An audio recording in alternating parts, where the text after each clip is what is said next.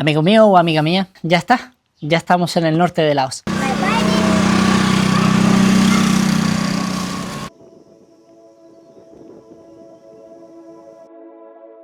Si lo que te gusta es la aventura, si lo que te gustan son los trekkings, la montaña, la jungla, en ese caso el norte es perfecto. Es un lugar muy salvaje, muy auténtico y muy espiritual.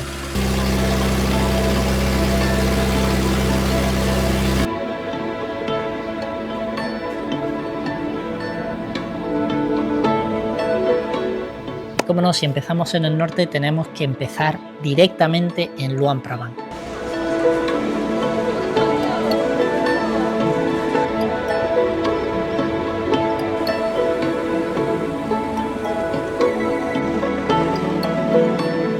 Para empezar, porque es la segunda ciudad más poblada de Laos. Luego, se trata de una ciudad que tiene mucha historia.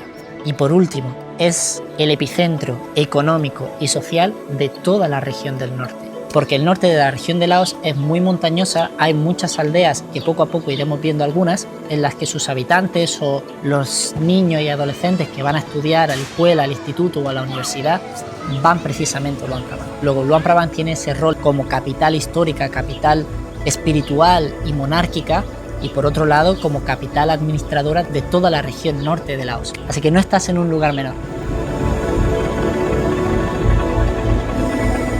No sé si vendrás por la misma ruta que yo, por Bac Vien, o si vendrás de Vietnam, o si vendrás de Tailandia, pero te puedo asegurar que vengas de donde vengas, te vas a encontrar un lugar mágico, un lugar muy particular.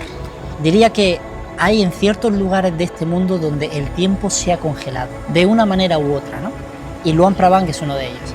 En el momento en el que tú entras en la ciudad y concretamente en el casco antiguo, es como si retrocedieras 200, 300 años. Parece que este lugar ya estuvo bendecido desde el principio, porque cuenta la profecía de que Buda, en el momento en el que se encontraba de viaje, llegó a este lugar que antiguamente estaba habitado por tribus primitivas y que estaba completamente rodeado de selva, y parándose a descansar, observó el paisaje, sonrió y dijo que en ese lugar nacería una gran ciudad y un reino poderoso donde el budismo florecería. Para que eso ocurriera, los habitantes de la zona tenían que proteger el lugar con la dama, para así protegerlo de la codicia y el caos. Hablar de Luang Prabang es hablar de budismo, y para eso tenemos que hacer un viaje que va a ser denso, porque es un tema muy denso. Es complicado porque hubo muchos actores en él, ocurrió durante un largo espacio de tiempo y además en un momento de la historia concreto que era muy activo, la Guerra Fría. A mí me hace mucha ilusión contar este tema porque, claro, uno puede ir a Luang Prabang, puede visitar los distintos templos, los distintos monasterios, los rituales que tienen por las mañanas para recoger las ofrendas, las limosnas, pero todo eso carece de sentido si no tienes una visión crítica de, vale, estás en un país marxista-leninista donde se está produciendo un ritual religioso. O sea, ¿qué está pasando aquí, no?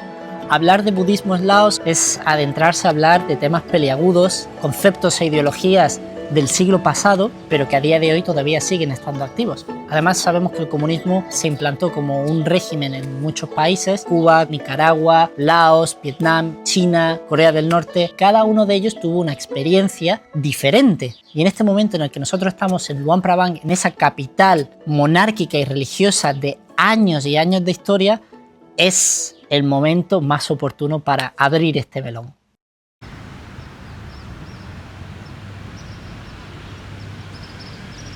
Ya simplemente con la mera leyenda de Buda podemos visualizar de que el budismo siempre estuvo por la región, de una forma más o menos intensa. Pero, como hemos dicho en vídeos anteriores, el territorio de Laos estaba gobernado por el Imperio Khmer, pero fue el rey Pham Nhunh, que precisamente pertenecía a esa aristocracia Khmer que vivía en Angkor, en contacto con las distintas religiones y con las transformaciones que se estaban produciendo en el mismo Imperio Khmer, es decir, del hinduismo al budismo mahayana al budismo Theravada, fue el que finalmente unificó Laos en un único reino, y aparte fue una unificación o una independencia del Imperio Khmer bastante armoniosa, porque de hecho el rey del Imperio Khmer le regaló un Buda de 83 centímetros de alto con el propósito de proteger el nuevo reino, proteger esa ciudad de Luang Prabang.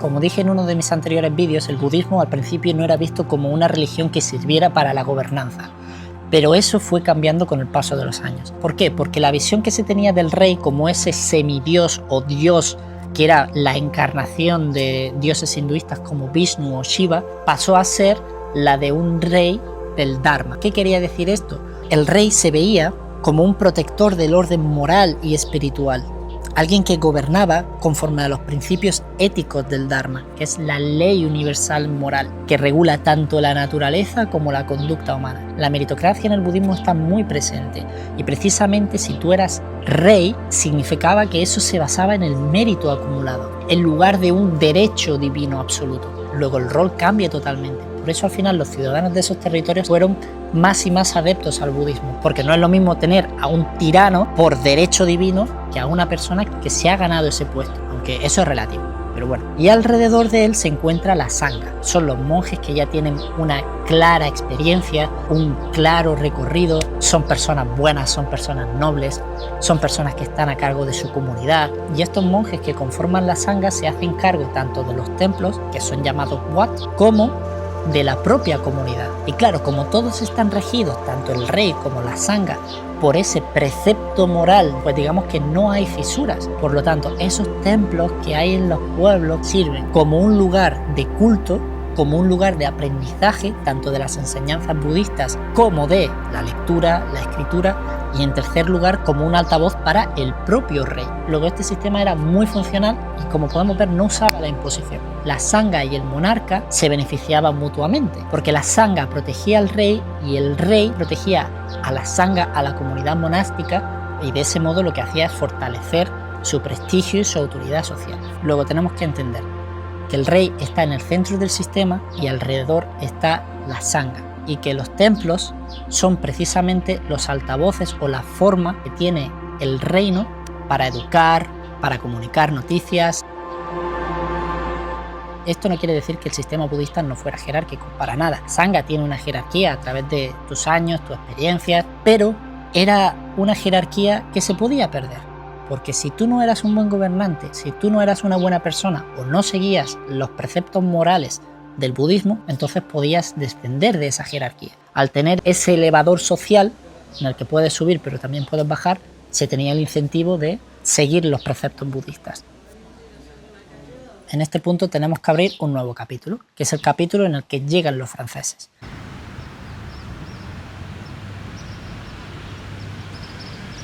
Cuando llegan los franceses no destruyen este sistema. Como dijimos anteriormente, ellos veían el budismo como una forma de pacificación social, ¿no? No veían el budismo como una religión conflictiva. Por lo tanto, no introdujeron reformas tan abrasadoras o, digamos, tan radicales, pero sí que es cierto que erosionaron la relación entre monarquía y budismo, la relación entre el poder y la religión. ¿Por qué?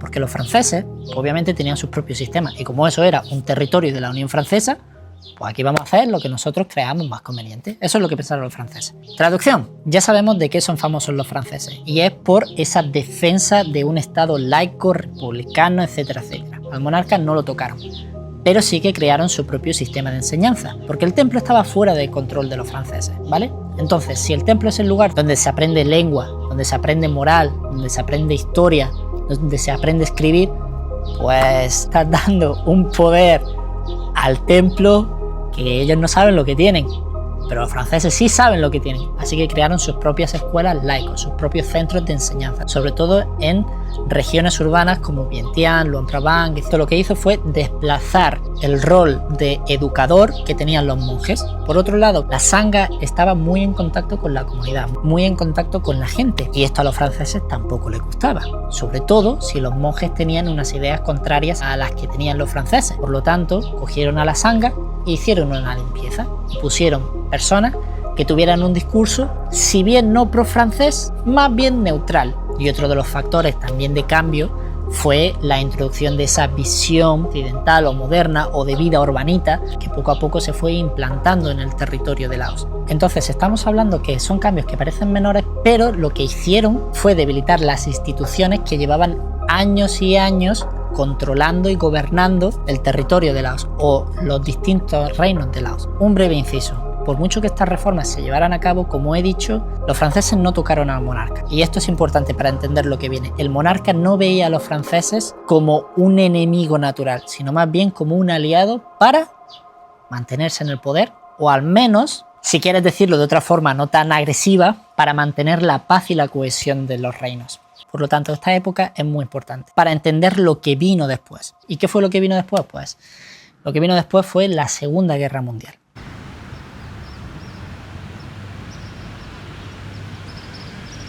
La aparición de Japón como protagonista en la historia de Laos fue bastante importante, porque el discurso que tenían los japoneses en ese entonces era un discurso contra los occidentales. El lema que los japoneses tenían era Asia para los asiáticos. No quiero hacer símiles con lo que hay a día de hoy porque vaya. El caso es que, pues bueno, ellos tomaron el control de los territorios de la Unión Francesa a través de un golpe de estado y crearon la esfera de coprosperidad en el Gran Asia Oriental, que traducido es: quito a unos imperialistas para colocar a otros imperialistas. Pero esos imperialistas ya no son occidentales, ahora son asiáticos, así que es mejor.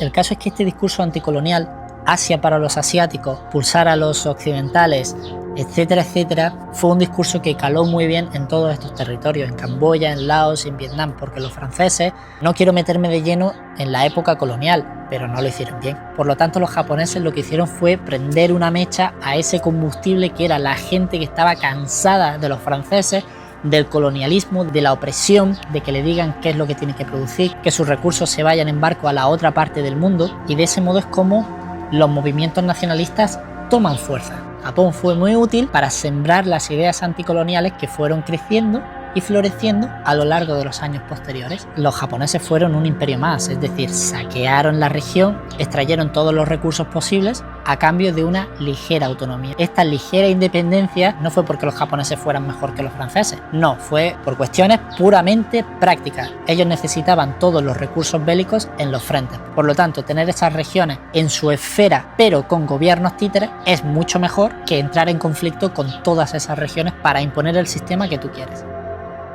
Sí, es cierto, los japoneses perdieron la Segunda Guerra Mundial y nada más perder la Segunda Guerra Mundial, los franceses llegaron otra vez al sudeste asiático para rellenar ese vacío de poder que habían dejado los japoneses, ¿no? Y para manifestar que ese territorio seguía siendo suyo, pero ya el fuego estaba encendido y además había tanto combustible que eso no lo paraba nadie, porque los distintos líderes de grupos nacionalistas, tanto laosianos como vietnamitas como camboyanos, fueron también los que aprovecharon ese vacío de poder, esas fracturas, para luchar por su independencia y luchar contra los franceses. En este momento aparece un actor muy importante que se llama Lao y Sara. Lao y Sara significa Laos libre. Fue un grupo formado por distintos grupos intelectuales, obreros, comunistas, nacionalistas, etcétera, etcétera, que se agruparon para, en el momento en el que llegaran los franceses, pararles los pies y decirles: no, tú aquí no entras. Problema, pues que era un grupo muy heterogéneo. En segundo lugar, tomaban las riendas de un protoestado.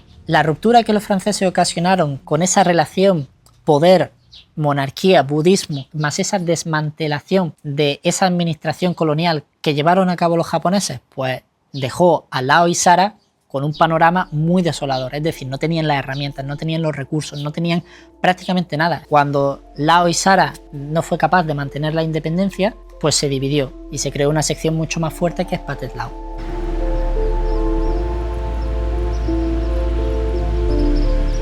¿Cuál fue el modus operandi de los japoneses? Fue precisamente forzar al rey de Luang Prabang, a Sisavambong, a que proclamara la independencia de Luang Prabang. Pero claro, el rey Sisavambong sabía o tenía la esperanza de que los japoneses caerían, más pronto o más tarde. Por lo tanto, lo que hizo fue esperar hasta que los japoneses perdieran la guerra y volvieran de nuevo los franceses. Y fue precisamente lo que ocurrió.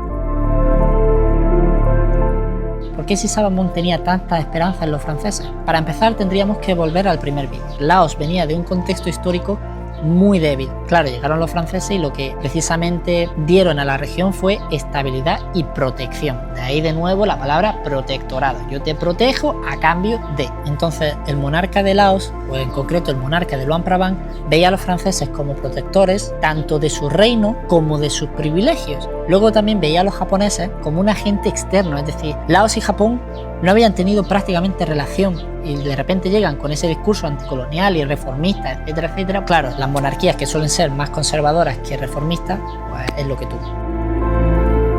¿Qué pasa? Que el grupo que hemos mencionado antes, Lao y Sara, vio al monarca como un traidor. Porque claro, le estás abriendo las puertas de par en par a esas personas que nos están oprimiendo, que nos están robando los recursos.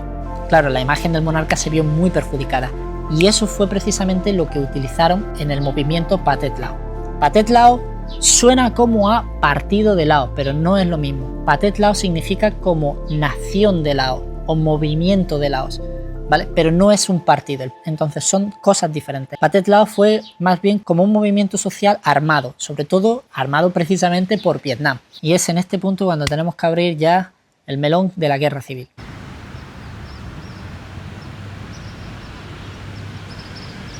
Laos consigue oficialmente su independencia con la Conferencia de Ginebra en 1954. Es en ese momento en el que los franceses ya ratifican que Laos es un estado monárquico independiente. Pero este movimiento ya venía un poco tarde, porque como hemos dicho, Pathet Lao fue un movimiento social armado, como una guerrilla. Y claro, al ver el panorama que se estaba cociendo, ellos tomaron el control de 2 provincias del norte de Laos. Entonces, aunque en 1954 se formalizara la independencia de Laos, Pathet Lao tenía bajo su control estas 2 provincias.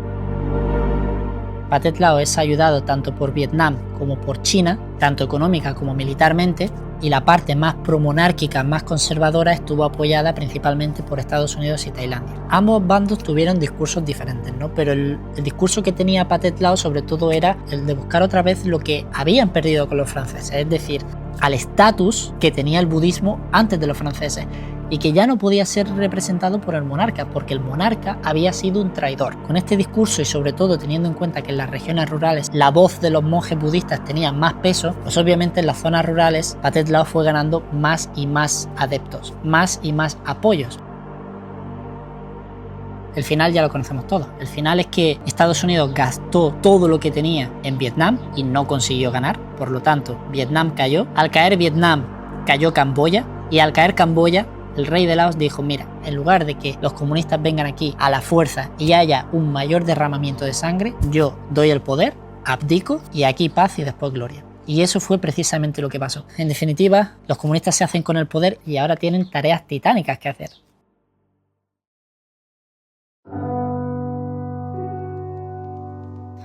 El 2 de diciembre de 1975 se proclama la República Democrática Popular de Laos, donde el presidente es Souphanouvong, aunque el primer ministro y el secretario del partido es realmente quien gobierna, que se llama Khay Sone, y es precisamente la persona que puedes ver en los billetes KIP. ¿Cuáles fueron las particularidades del comunismo en Laos? Pues seguramente hubo muchas, pero hay que destacar 2 sobre todo. En primer lugar, no se propició tanto el culto a la personalidad como por ejemplo en la Unión Soviética. Eran gobernantes de un perfil más bien bajo, se implantaban medidas, se creaban leyes, etcétera, etcétera, pero no había esa personalización. Y en segundo lugar, pues hablamos de un régimen socialista con características budistas.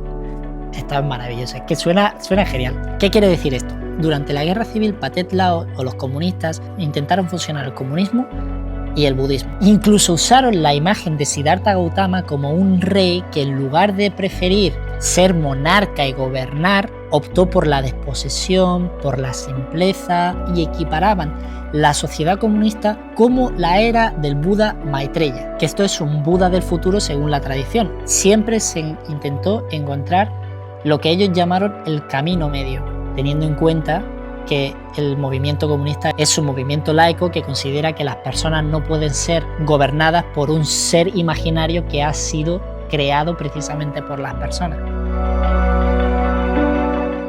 Entraron en conflicto varias cosas. La primera, por ejemplo, la novicidad. Es decir, la ideología comunista es una ideología muy materialista. Es una ideología también muy progresista.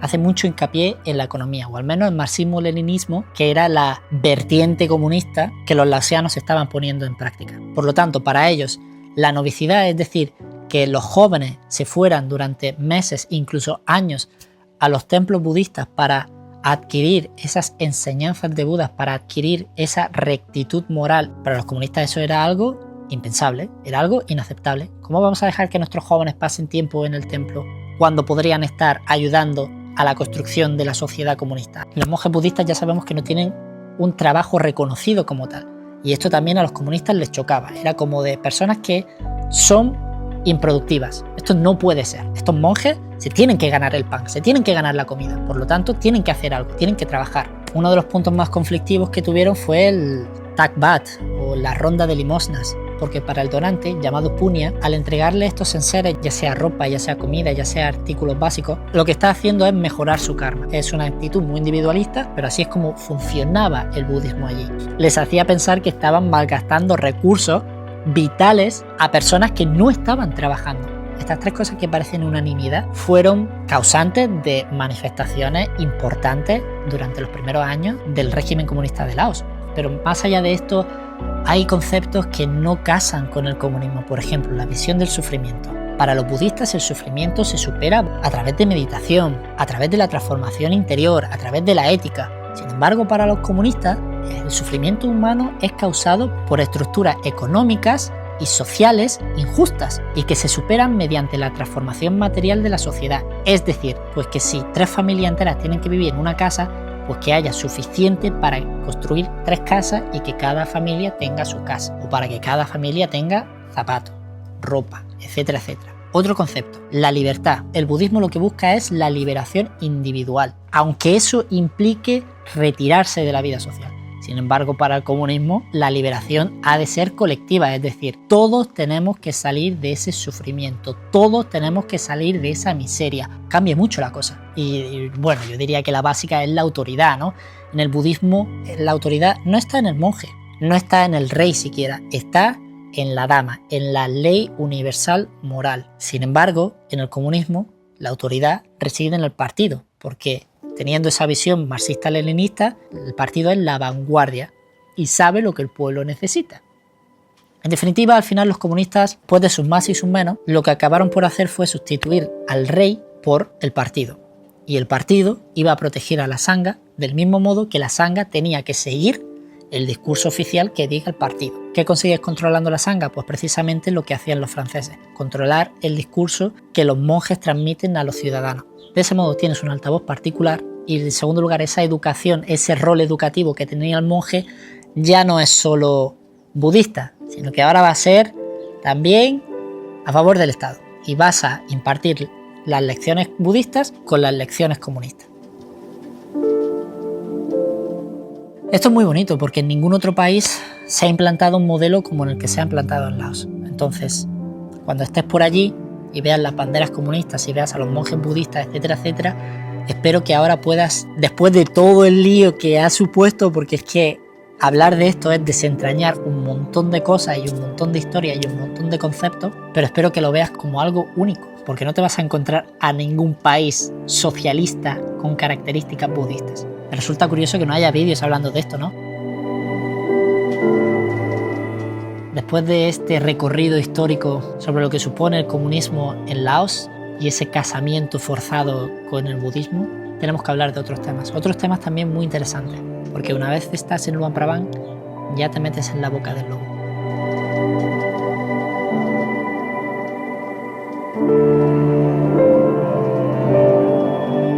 Laos no se acaba aquí, esto no ha hecho más que empezar.